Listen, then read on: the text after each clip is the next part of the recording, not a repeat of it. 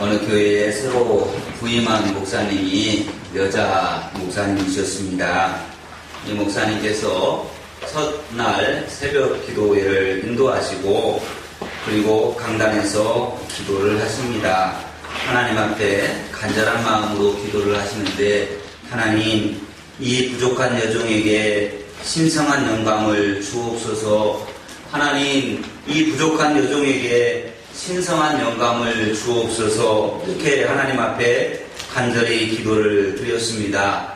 그런데 그날따라 목사님이 새로 왔다고 해서 처음으로 새벽교회에 나온 할머니 집사님이 계셨습니다. 할머니 집사님이 목사님의 설교를 듣고 경로당에 가서 이제 이야기를 하는데 이렇게 이야기합니다. 세상에 어쩌스거나 말세요 말세. 왜 그러는데 어쩌을까, 말을 해야 될지 말아야 될지 고민을 하고 있으니까 옆에 있는 권사님이 묻는 거예요. 아니 도대체 뭐 때문에 그렇게 고민을 하는데, 아니 세상에 부끄러운 줄도 모르고 그래 왜 그러는데, 그럴 때에 이 집사님이 그러는 거야. 글쎄, 아니 우리 목사님이 새로 오셨다고 해서 제가 새벽 기도회를 처음 나가봤는데, 아니 우리 목사님께서 기도를 하시는데 하나님 싱싱한 영감을 나에게 주옵소서라고 자꾸 기도를 하잖아. 여러분이 듣는 것이 참 중요합니다. 이거 단어 하나 잘못 들은 것 때문에 신성한 영감을 싱싱한 영감으로 알아들으면 여자 목사님이 영감이 필요한가 보나 이렇게 생각을 하는 거예요. 여러분, 개떡같이 말해도 찰떡같이 알아들어야 한다라는 말이 있죠. 오늘 하나님의 말씀도 찰떡같이 알아들을 수 있길 바랍니다. 우리 옆에 계신 분들하고 인사합시다. 옆에 계신 분들 바라보면서 그대가 있어 이 가을이 아름답습니다 라고 인사합니다. 그대가 있어 이 가을이 아름답습니다. 세탁소에 들어온 새 옷걸이가 있었습니다. 그때 헌 옷걸이가 이 새 옷걸이에게 한마디 합니다. 너는 옷걸이라고 하는 사실을 한순간도 잊지 말아야 한다. 계속해서 강조해서 그 말을 하는 거예요. 그래서 새 옷걸이가 헌 옷걸이에게 질문을 해요. 왜 제가 옷걸이라고 하는 사실을 잊지 말라고 그렇게 강조해서 말을 하시는 겁니까? 헌 옷걸이가 대답을 합니다. 잠깐 동안 입혀지는 옷이 자기의 신분인 양 교만해지는 옷걸이들을 그동안 많이 보았기 때문이다. 이 말은 동화작가 정채봉 선생님이 쓰신 처음의 마음으로 돌아가라 라고 하는 책에서 나오는 이야기입니다. 텔레비전을 보다 보면 홈쇼핑이 나와요. 이 계절이 바뀌면 우리도 옷을 사고 싶은 마음이 있지 않습니까? 그래서 홈쇼핑을 보다 보면 그 모델들이 입고 나오는 옷이 그렇게 이쁠 수가 없어요. 그래서 저건 이쁘겠다, 저거 사서 입으면 이쁘겠다 라고 생각을 하고 그 옷을 주문을 해요. 그리고 똑같은 옷이 와서 입었는데 왜 똑같은 옷을 구입해서 입었는데 제가 입으면 곰 같고 하마같이 보일까요? 옷걸이에 문제가 있는 겁니다. 옷걸이가 좋아야 한다라는 말이 있지 않습니까? 옷걸이가 좋아야 무슨 옷을 입어도 잘 어울린다라는 말이지요. 옷도 중요하지만 옷걸이도 중요하다라는 겁니다. 옷걸이가 좋아야 옷이 사는 거예요. 옷걸이가 좋아야 한다는 말은 우리 그리스도인에게 있어서는 아주 중요한 말씀입니다. 옷걸이가 좋아야 한다는 말은 우리 그리스도인들에게 참 잘 어울리는 말씀이기도 합니다. 왜? 우리 그리스도인들은 모두 다 옷걸이이기 때문에 그렇습니다. 우리가 옷걸이라고 하면 우리는 어떤 옷을 입어야 할까요? 우리 그리스도인들은 예수 그리스도로 옷 입은 사람들입니다. 우리는 다 믿음으로 그리스도 예수 안에서 하나님의 자녀들이 되었습니다. 누구든지 그리스도와 합하여 세례받은 사람을 그리스도로 옷 입었다라고 말합니다. 그러니까 우리는 옷걸이이고 우리가 입고 있는 옷은 바로 예수 그리스도입니다. 갈라디아서 3장 26절과 27절에서 이렇게 말합니다. 너희가 다 믿음으로 말미암아 그리스도 예수 안에서 하나님의 아들이 되었으니 누구든지 그리스도와 합하여 세례를 받은 자는 그리스도로 옷 입었느니라. 옷걸이가 좋아야 옷이 산다는 말, 우리 그리스도인들에게 꼭 맞는 말입니다. 그리스도인들이 좋아야만 예수님이 사는 것입니다. 그리스도인들이 좋은 평가를 받아야만 예수님께서 영광을 받으십니다. 예수를 믿는 사람들이 제대로 삶을 살아야만 예수님께서 영광을 받으시는 겁니다. 마찬가지로 교회가 좋아야 하나님이 사는 것입니다. 세상으로부터 교회가 좋은 평가를 받아야만 하나님께서 영광을 받으시는 겁니다. 예수님께서 하신 말씀대로 교회가 세상의 빛과 소금의 역할을 감당할 때에 하나님께서 영광을 받으시는 겁니다. 최근에 우리 교단의 가장 큰 교회인 명성교회에서 일어난 목회 세습 문제 때문에 하나님은 죽었다라는 말이 나옵니다. 죄송한 말이지만 사실입니다. 은퇴한 목사 아버지로부터 성도 10만 명이 넘는 교회를 물려받은 아들 목사가 있습니다. 그 아들 목사 이름이 김하나입니다.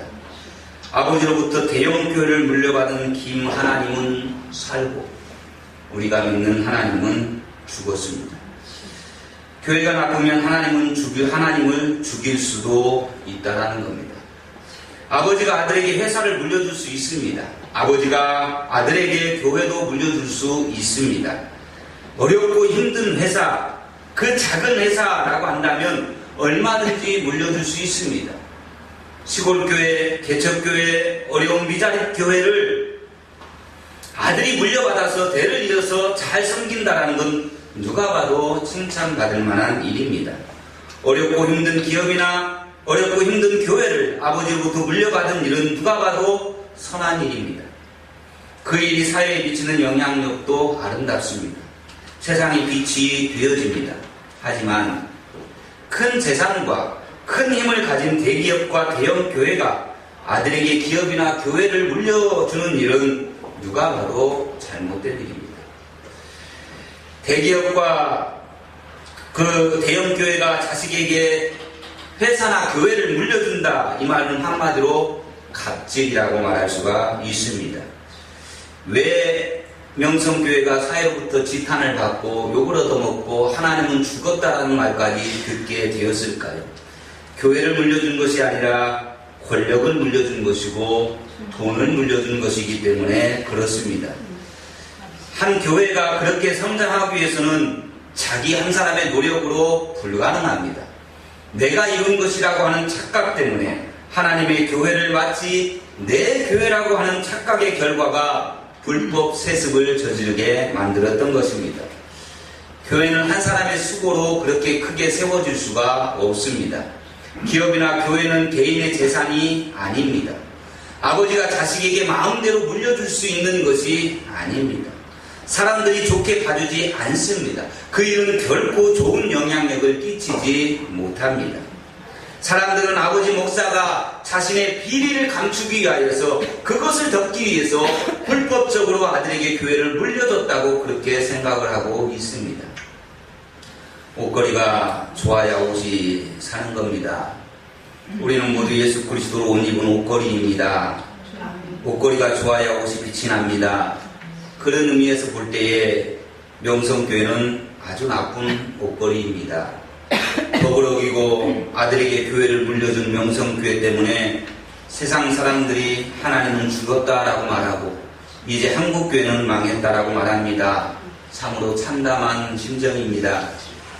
가난한 시골 교회에서 새벽마다 나가서 새벽종을 치던 그 어린아이, 오직 하나님만 바라보면서 살겠다라고 고백했던 그 어린아이가 큰 교회의 목사가 되었습니다. 누구보다 맑고 고운 영성을 가진 분이라고 칭찬받았던 분입니다. 시골교회 목회자 자녀들의 어려움을 누구보다 잘 알고 있었던 목사님이었습니다. 교회가 부흥하기 시작을 하자 가장 먼저 시골교회 목회자들을 불러서 격려할 줄 아는 목사님이었습니다. 기숙사를 짓고 시골교회 목회자 자녀들에게 장학금을 주면서 공부를 시킨 귀한 목사님입니다. 한국교회에서 이보다 더 많은 영향력을 끼쳤던 분은 어디에 있었을까라고 찾아보기 힘들 정도로 선한 영향력을 참 많이 끼쳤던 목사님이었습니다. 그런데 그 목사님은 지금 어디에 계십니까? 결국 아버지 목사는 대한하수교 장로회 우리 총회 회당법을 어기면서 아들에게 교회를 물려주었습니다.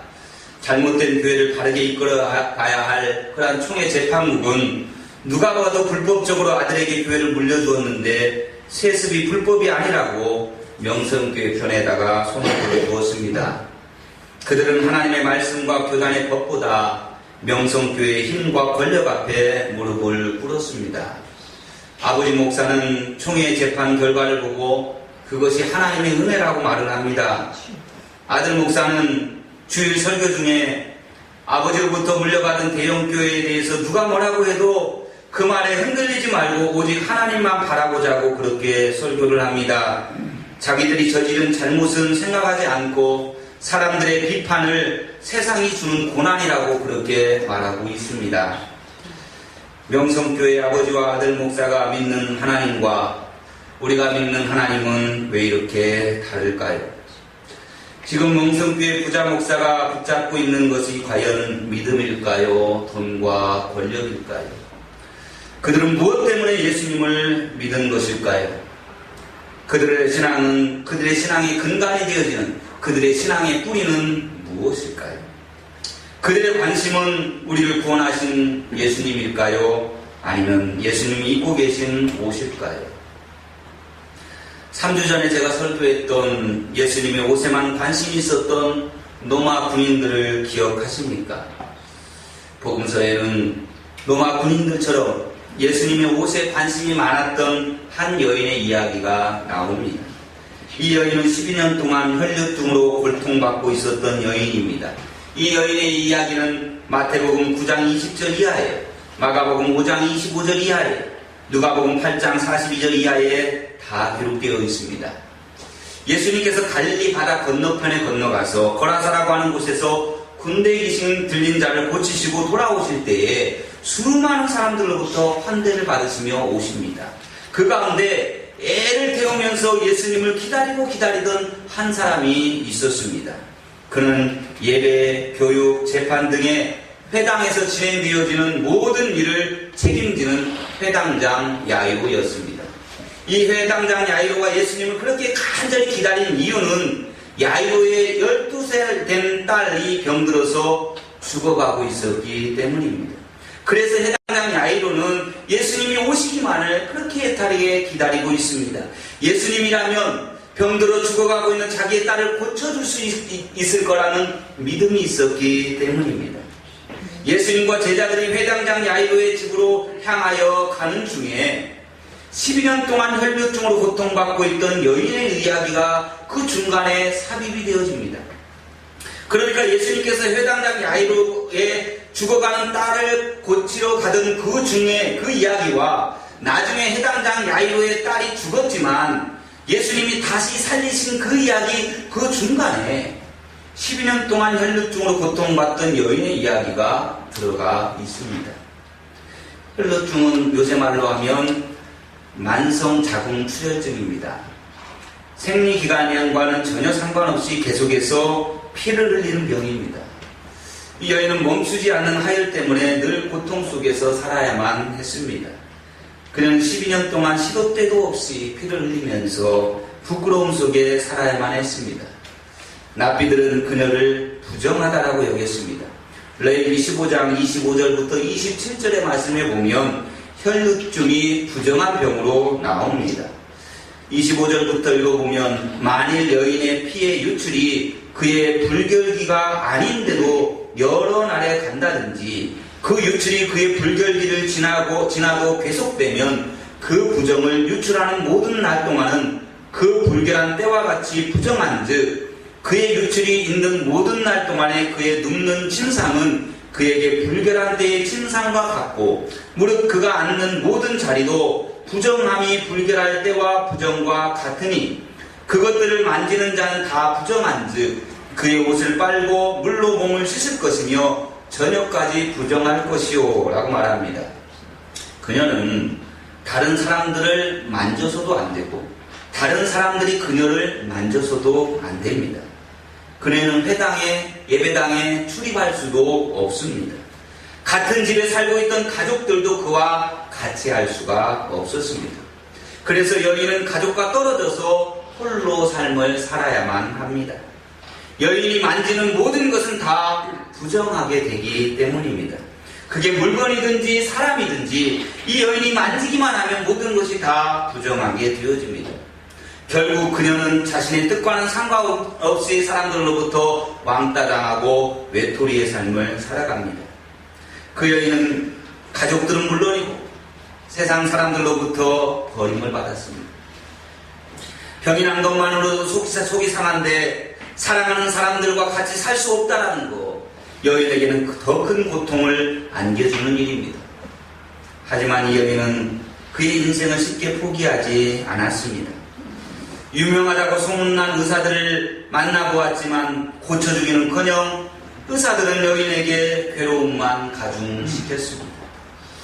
여인 가운데 끊임없이 그런 피를 흘리는 탓에 그는 지금 하루하루 죽어가고 있습니다.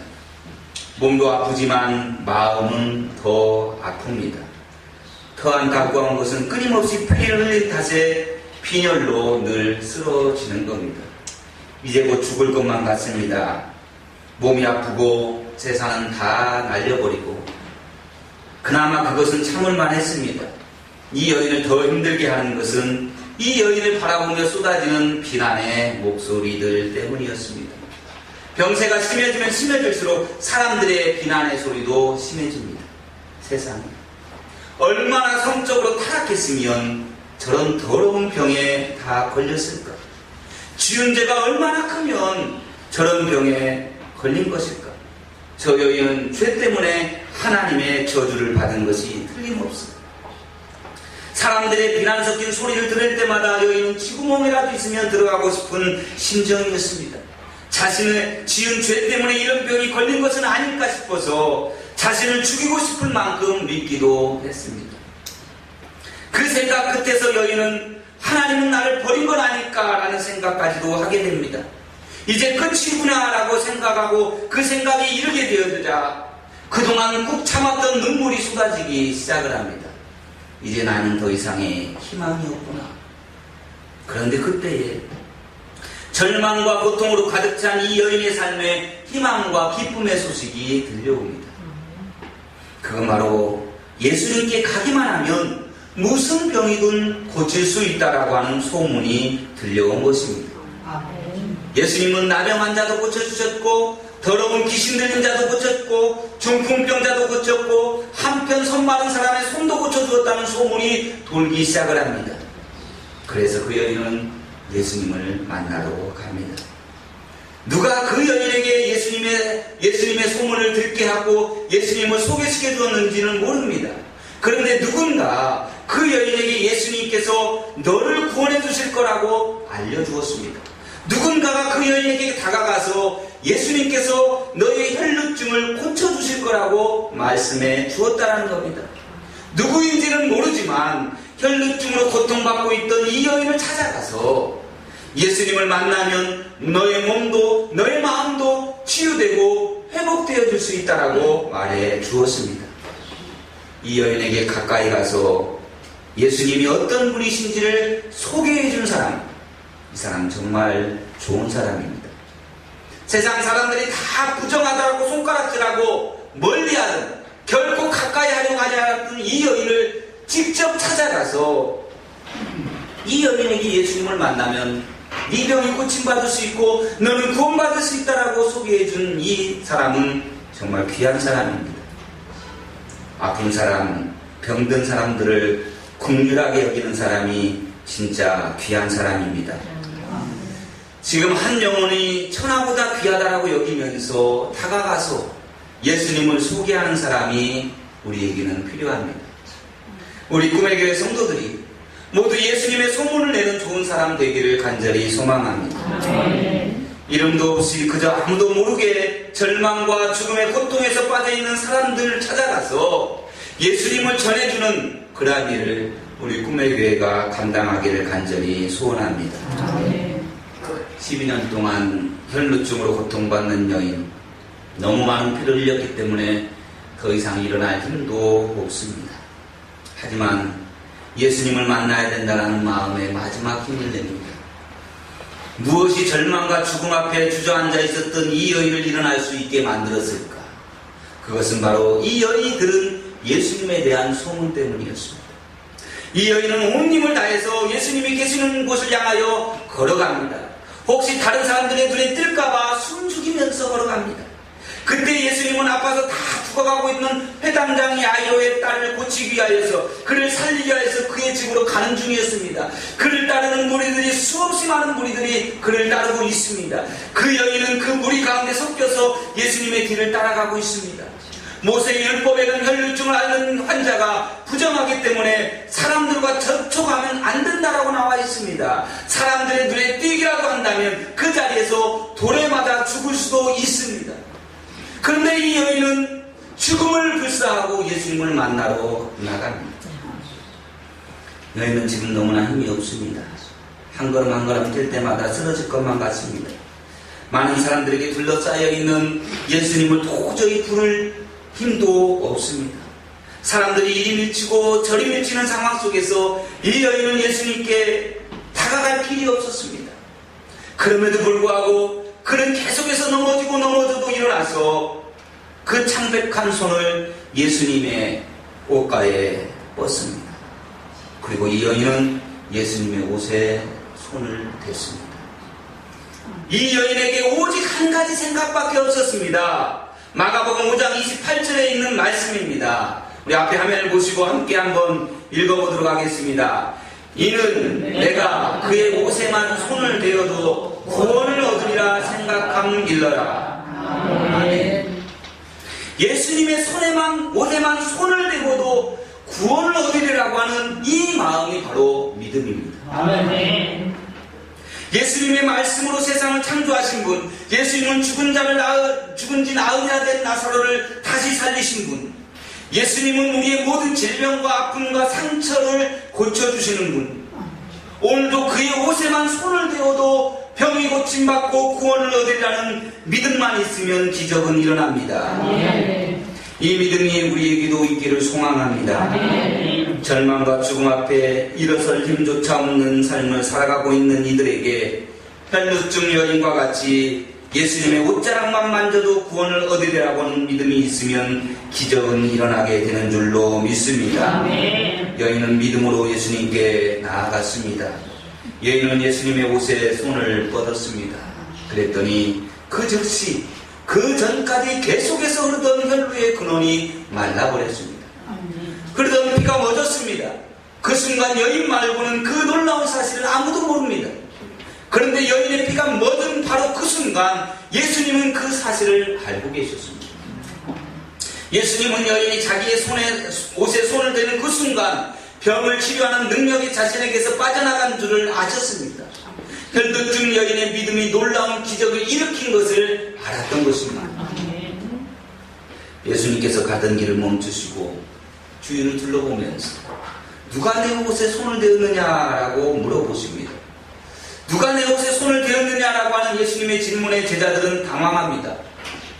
예수님, 이렇게 많은 군중들이 있고 이 많은 사람들이 이 밀치고 저리 밀치고 하면서 오고 있는데 이 많은 사람들 가운데서 누가 내 옷에 손을 대었느냐고 물으신다는 거, 이게 말이나 됩니까? 하지만 예수님은 자기 옷에 손을 댄 여인을 찾기 위해서 주위를 쭉 둘러보십니다. 누가 그냥 옷에 손을 댄 것이 아니기 때문입니다. 예수님의 몸에서 능력이 빠져나가는 것을 느꼈기 때문이죠. 예수님은 이 여인이 믿음으로 손을 내밀어서 그의 옷을 만졌다라고 하는 사실을 알고 계셨습니다. 예수님의 행동에 가장 크게 놀란 사람이 누구이겠습니까? 예수님의 옷자락에 손을 만졌던 이 여인이었습니다. 이 여인은 자기에게 이루어진 일을 알고 두려워하면서 예수님 앞에 나아옵니다. 수많은 사람들이 쳐다보는데 이 여인은 예수님 앞에 엎드려 모든 사실을 말씀을 드립니다. 수많은 사람들이 쳐다보고 있는 가운데 예수님 앞에 엎드려 무엇을 말씀을 드렸을까? 오늘 본문은 그것에 대해서 자세하게 기록하지 않습니다. 그러나 누가복음 8장 47절에는 예수님께 그가 무엇을 말했는지에 대해서 기록해 놓고 있습니다. 여자가 스스로 숨기지 못할 줄을 알고 떨며 나와 엎드려 그 손댄 이유와 곧 나은 것을 모든 사람 앞에 말하니 라고 말씀합니다. 여인은 자신이 얼마나 더러운 사람이었는지를 예수님 앞에 고백합니다. 밖에 나다니면 돌맞아 죽을 부정한 여인이었다는 사실도 고백을 합니다. 왜 목숨 걸고 사람들 틈에 끼어서 몰래 예수님 뒤에서 그 옷에 손을 대었는지도 말씀을 드렸습니다. 예수님의 옷에 손을 댄 결과 어떤 놀라운 일이 벌어졌는지도 고백합니다. 이것을 한마디로 말하면 간증이라고 이야기를 합니다. 예수님, 저는 부정한 여인입니다. 12년 동안 혈루증으로 고통받고 있었습니다. 병을 고쳐보려고 있는 재산까지 다 날리고 이제 죽을 날만 기다리고 있었습니다. 그때 누군가가 예수님을 저에게 소개해 주셨습니다. 예수님은 나병 환자도 고치시고 죽은 나사로도 살렸다는 소식을 들었습니다. 예수님이라면 내 병을 고칠 수 있겠다는 생각에 제가 그만 예수님의 옷에 손을 쥐었습니다. 여인의 고백을 들으신 예수님이 뭐라고 말씀하십니까? 본문 34절에서 이렇게 말씀합니다. 예수께서 이르시되 딸아, 네 믿음이 너를 구원하였으니 평안히 가라. 네 병에서 놓아 건강할지어다. 아멘. 예수님은 그 여인을 딸이라고 부르고 계십니다. 혈루증으로 고통받고 있는 가족들과 이웃들에게 버림받았던 이 여인은 하나님 앞에서는 가장 귀하고 사랑스러운 딸이었던 것입니다. 세상 모든 사람들이 더럽다라고 손가락질하던 그 여인에게 예수님은 딸아라고 불러주고 계십니다. 성경 어디에도 예수님께서 여인을 보면서 딸이라고 불러준 적은 아무것도 없습니다. 오직 이 여인에게만 딸이라고 불러주었습니다. 12년 동안 혈루증으로 고통당하던 이 여인에게 예수님이 여인아, 너는 하나님의 귀한 딸이다.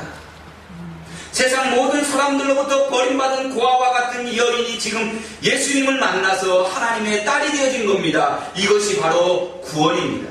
아멘.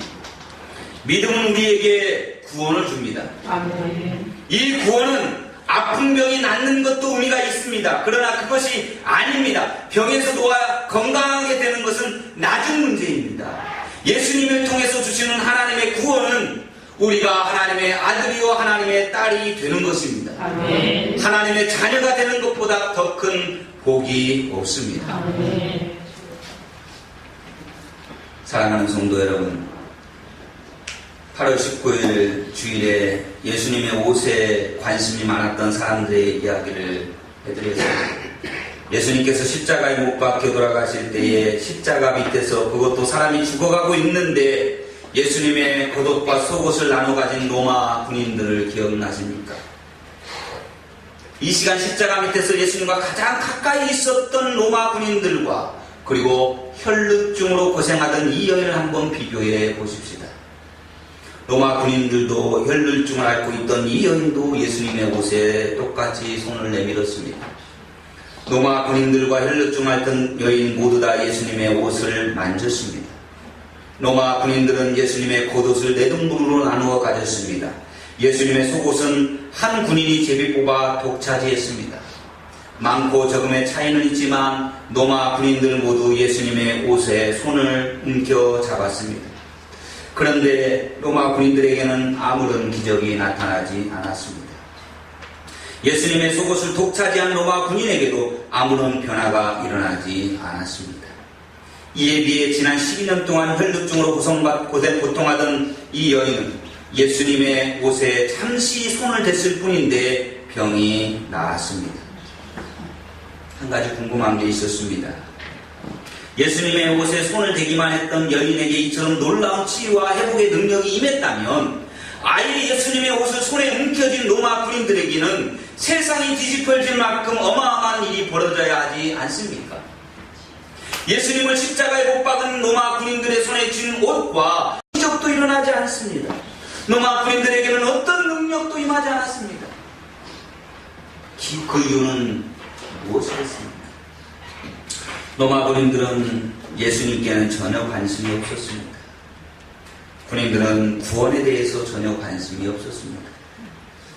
그들의 관심사는 오직 예수님의 옷을 손에 움켜쥐는 것뿐이었습니다.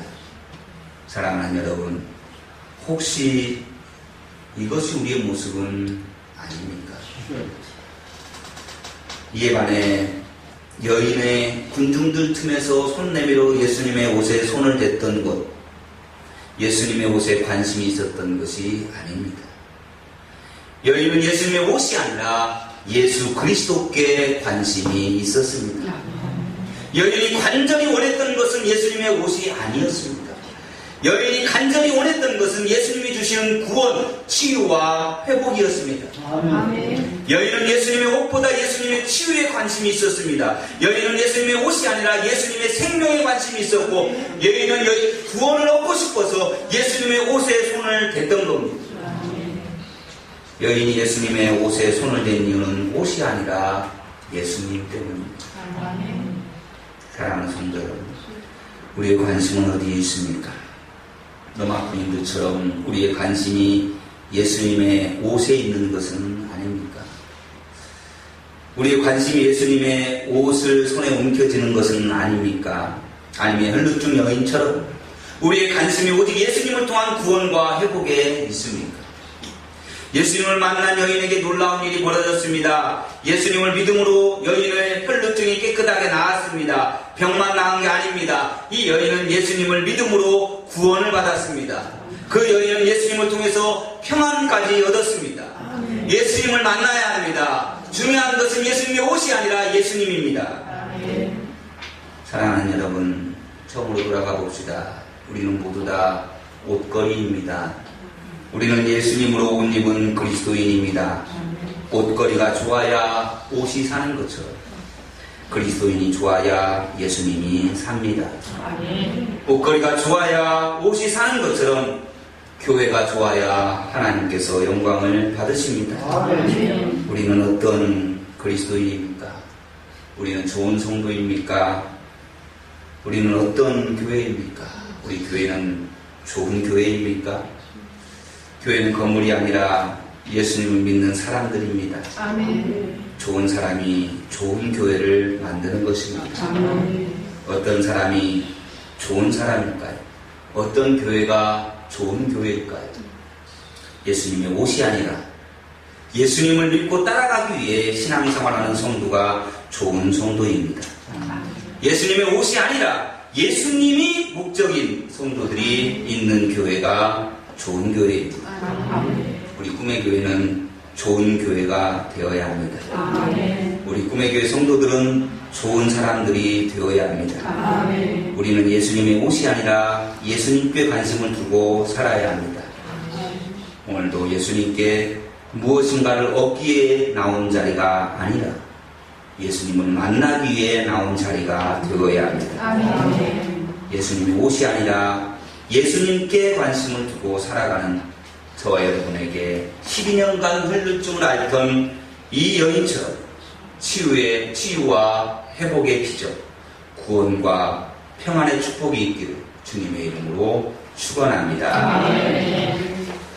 우리 함께 찬양합시다.